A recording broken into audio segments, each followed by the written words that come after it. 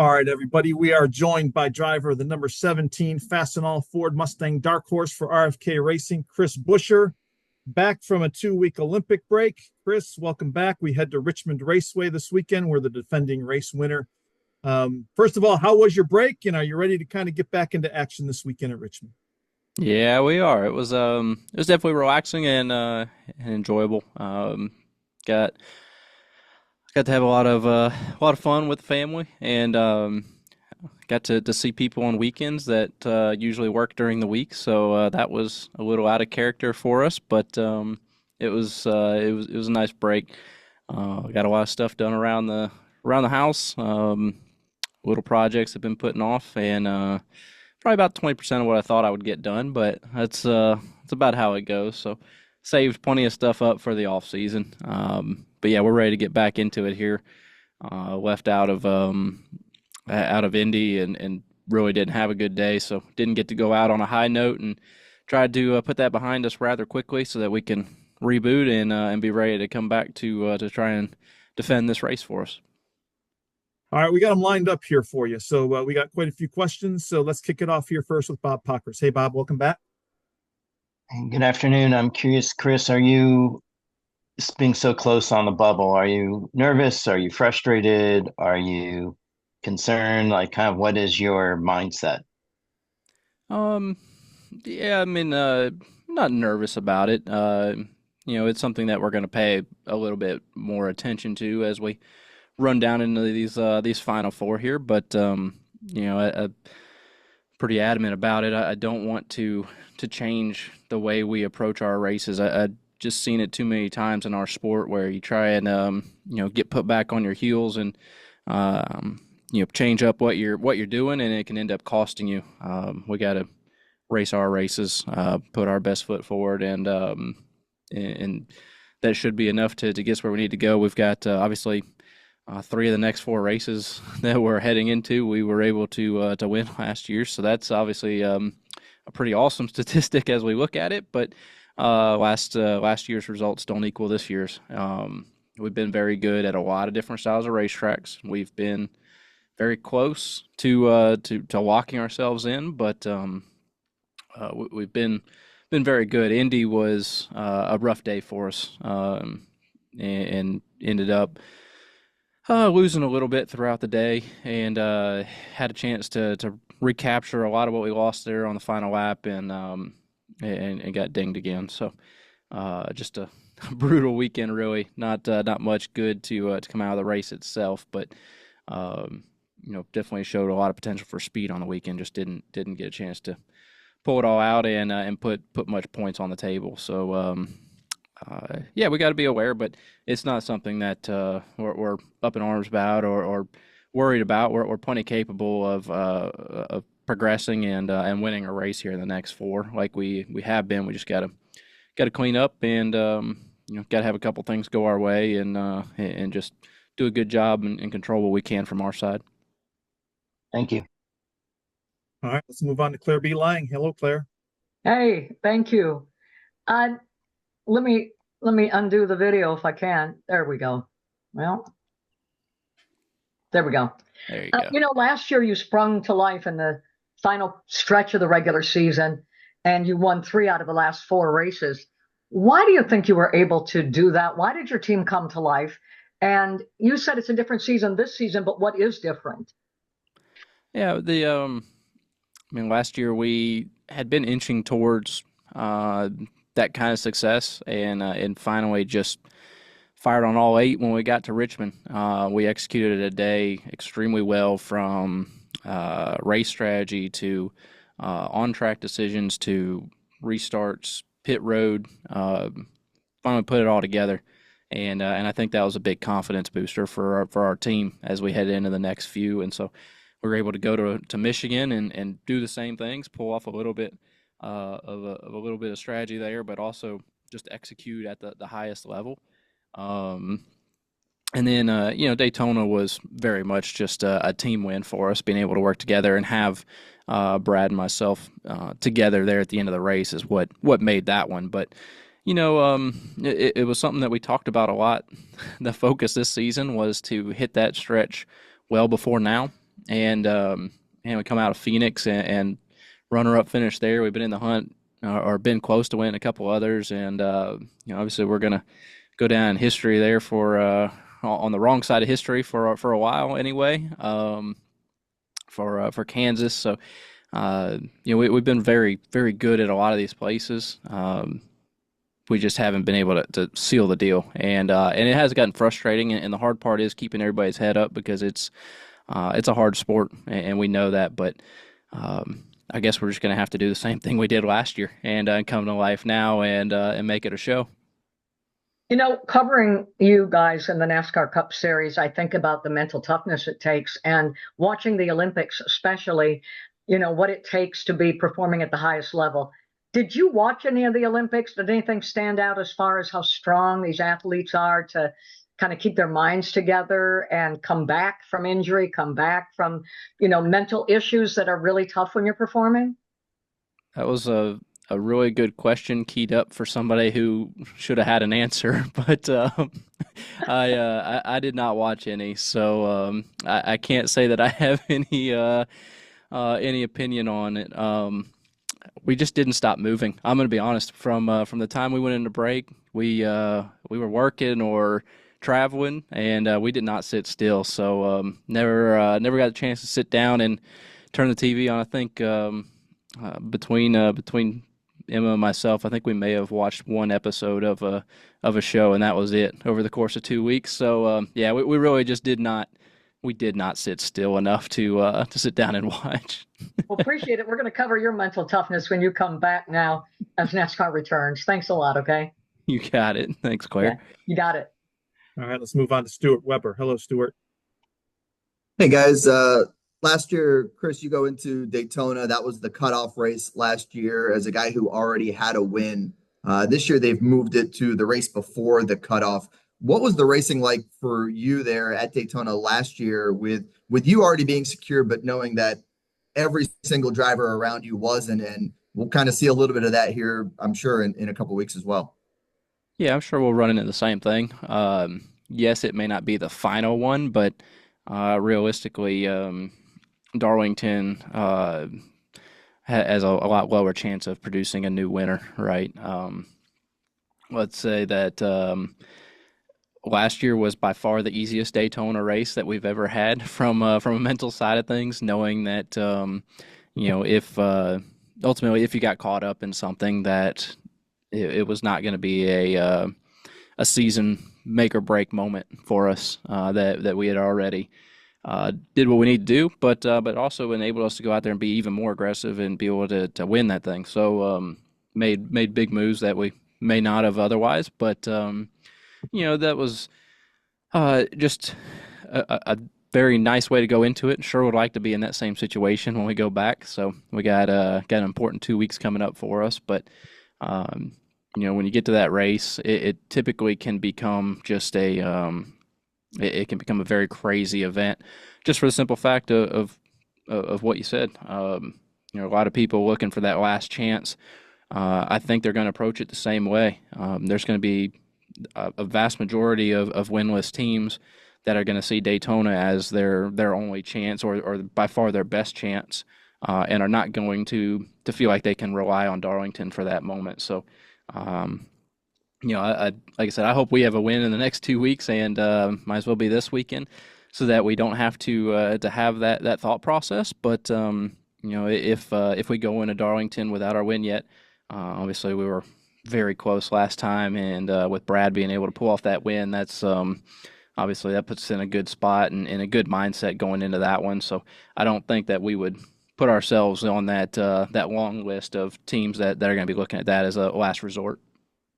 You kind of mentioned aggression. Do you anticipate this 2 week break? Normally there's 1 week here or there in a season, but a 2 week break to maybe affect the aggression of some of these drivers over this last month?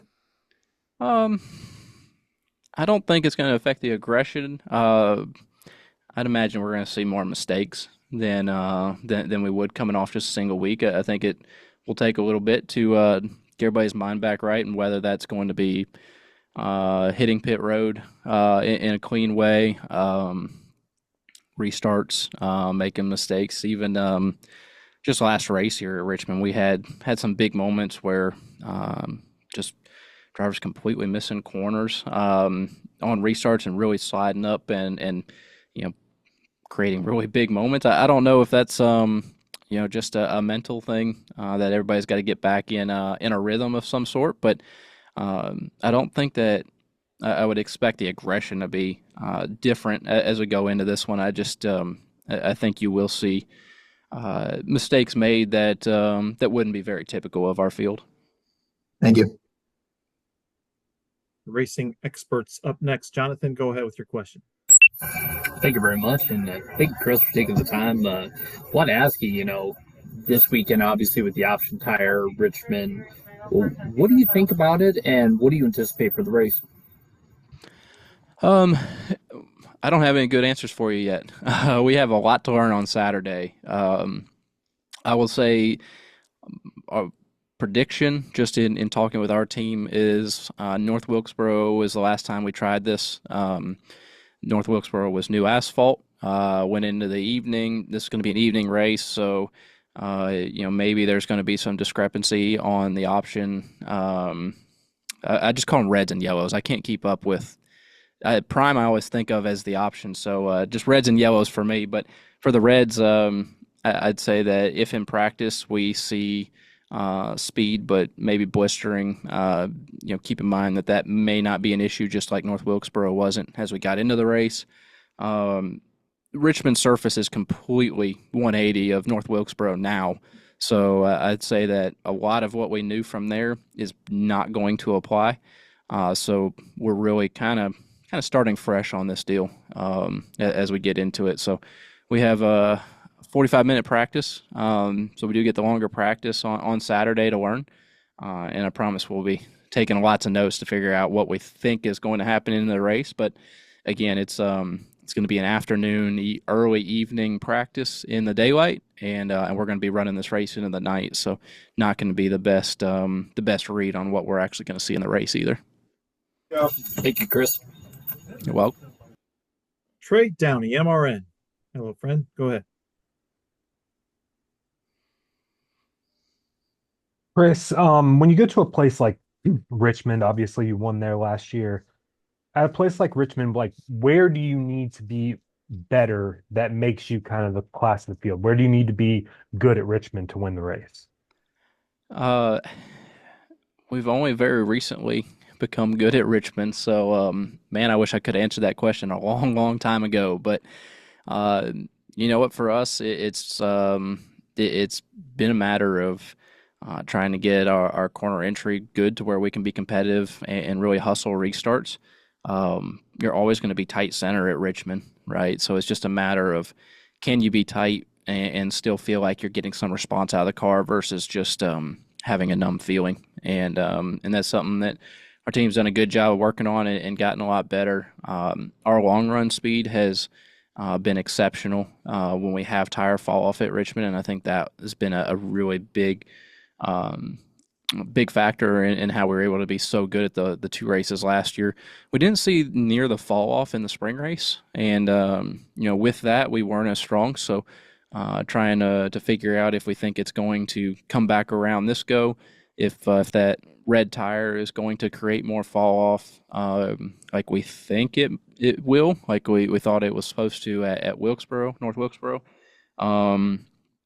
It's there's a balance, but our strong suit has been really long run speed and being able to stay very competitive without suffering on the front end, just being kind of average on the front, and it's been good for us. So we've like we just talked about, we've got some unanswered questions with tire options this weekend, but for us it's a matter of how do we be a little bit better on the front end of a run and not give up on the tail.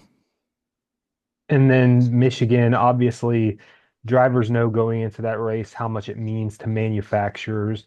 But after you won that race last year, did it become like even more clear, like how big of a deal it is for Ford to win that race and to continue the streak that Ford's been on there? Yeah, it was. I'd say the most unfortunate part about last year was the fact it was Monday, because everybody had to go back to work, right? So many of our partners, of the OEMs, of our Ford group had to go back and sell vehicles. So it was different in that sense. But yes, the feeling, the emotions of winning at Michigan were very largely felt from the Ford Performance side, from Jack Roush, and his side, from Brad, and his history from Michigan as well. I think everybody I'm surrounded by has deep ties to the Michigan race there, and so it was important for everyone, and certainly felt the meaning behind that there. So yes, it's definitely a big deal. I'm excited to go back and try and defend that one. We've made some big gains in the Ford camp in the last several months, and excited to see how that can play out at another big racetrack where we know we were able to do well last year. Thank you. You're welcome. All right, Trey, thank you. Let's go to John Newby. Hello, John. Hey, thanks, Dan. So, Chris, before the break, Haas announced they have the upcoming alliance with RFK. Now, I was kind of curious, do you have a role that you play in those alliances, whether it's working with the Raceway racing people this year or Haas coming into the fold next year?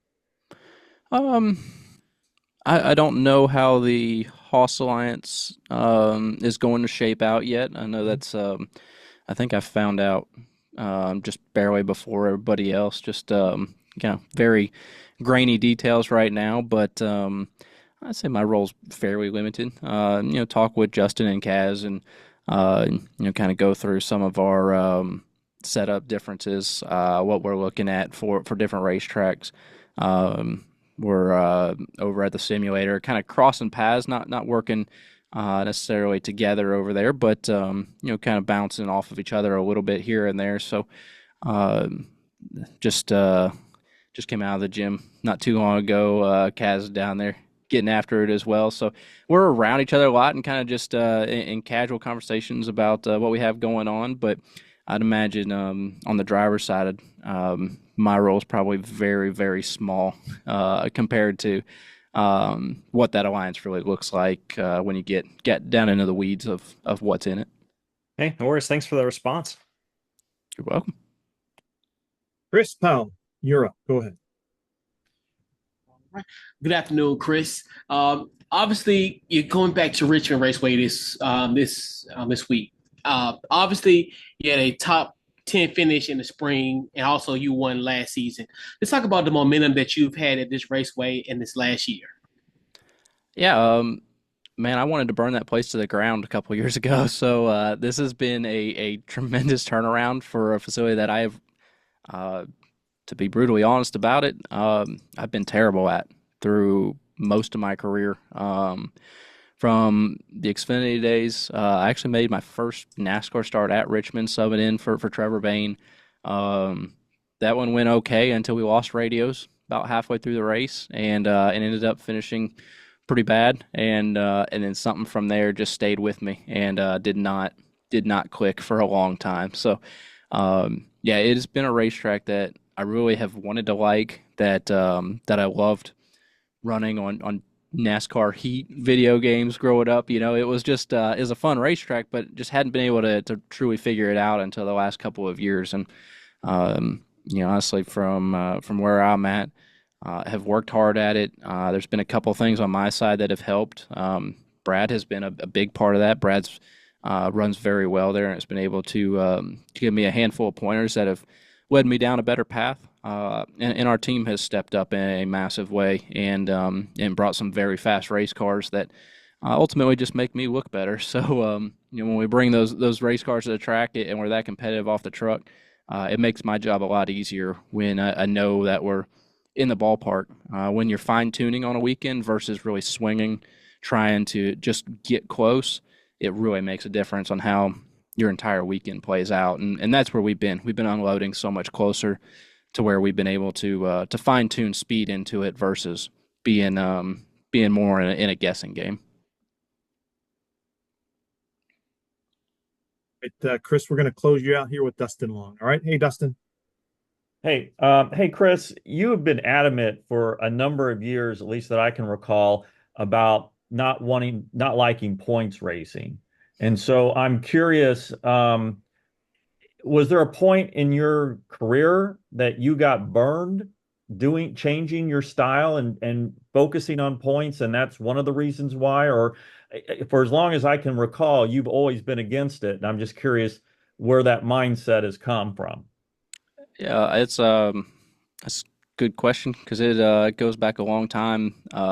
It's actually not from a big miss in my career. From the time I was 12, 13 years old, we made very specific decisions that we were not going to race for points. We would be leading track championships or local regional points divisions and would intentionally miss races and go somewhere else to make sure that we didn't find ourselves in that box. And the mindset was that if you raced at your same three local tracks and worked hard to win the points there, that ultimately you were racing against the same people every week. And yes, you had something to put on a resume at the end of the year, but what did that local resume accomplishment really do for you in the grand scheme of things? If we wanted to be better, we needed to be around different racers. We traveled out to the West Coast went to Vegas. This is Legends Car Racing. Went out to Vegas to be around different racers on different racetracks. We came out to the East Coast during summer breaks in school and went up and down the coast trying to be around better drivers, to purposely try and pursue a way to be better from behind the wheel instead of being better at our local track, and stayed with that throughout my career. You move up a couple of years, you go to our ARCA championship. We were able to win that not because we points raced, because we went out, we're aggressive, we won races, and in our worst days, we made sure that our worst days were not catastrophic. That we always had a mindset that in order to be better for the next week, you had to finish that race as well. And so, yes, it wasn't a matter of being overly aggressive and tearing your stuff up. You didn't get down that road and say points don't matter, so I'm just going to make a dumb decision. A lot of it is because I worked on my own stuff. I knew how hard it was to fix it, and so we didn't have those moments. And then, past that, obviously it works out when you win races. The points came with it, and they always did wherever we were at in situations at the the highest levels, whether that was ARCA or Xfinity. Xfinity, we won a couple of races in our championship year, but we were just consistently good from most racetracks. And again, in our bad days, we worked hard to make sure that we weren't giving stuff up. I don't want to go to a racetrack and have a mindset that we're not there to win, that we're there to try and capture a handful of points to protect ourselves. I don't like it. I feel like it to me feels like you're going to the racetrack giving 85%. And that's not how I want to go about it. Points have become more and more important and talked about since I feel like since playoffs have been introduced, and we really dive into it a lot deeper, and it certainly feels like it means more to everybody, and I know there's a lot more implications behind the scenes. So you have to play the game a little bit differently, but it is it's something I just don't want to get stuck in the wrong mindset. And the one that comes to mind for me, and Bob Osborne was my crew chief my rookie season in Cup, and he talks to we talk a little bit, and some of the times that burn and sting a little bit, and going back to the Kansas finish from this year. Was talking with Bob a little bit about that, and talk about how painful that is, and he reminded me very quickly he knows how it feels to lose by a very close margin, and that Tony Stewart Carl Edwards battle comes to mind, right?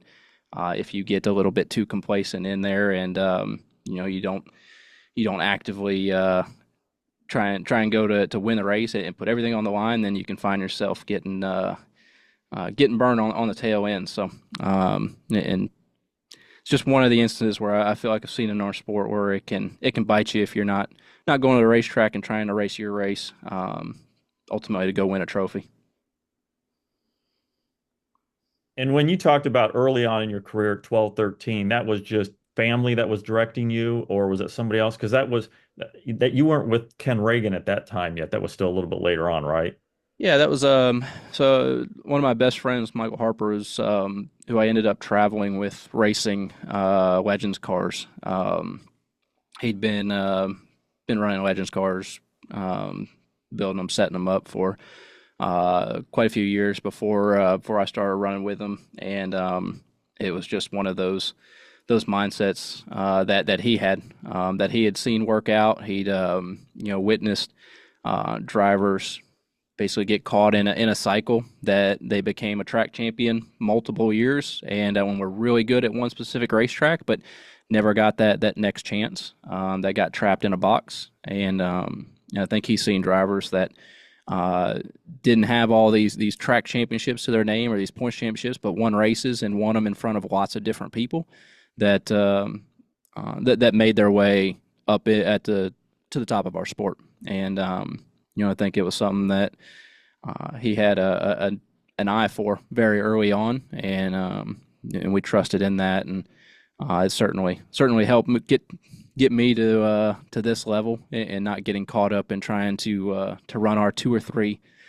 semi-local tracks. Texas, nothing's local, but if we'd have gotten caught in that cycle, ultimately it'd probably be in Texas racing on our local racetracks on Saturday nights. Right? There's a way about it. It's challenging. There's no set ladder in our sport to get to this level. I have a lot of kids or parents ask me how you got to this level, and all I can say is, be deliberate about how you go about it, and hope it works out, because there's no solid way to go about it. But it was best way we figured out, or best way we knew how, and I liked it that way, and to this day I try not to get caught up in the point side of things too heavily, to the point where you feel like you're not giving your best effort. Thank you for explaining that. You're welcome.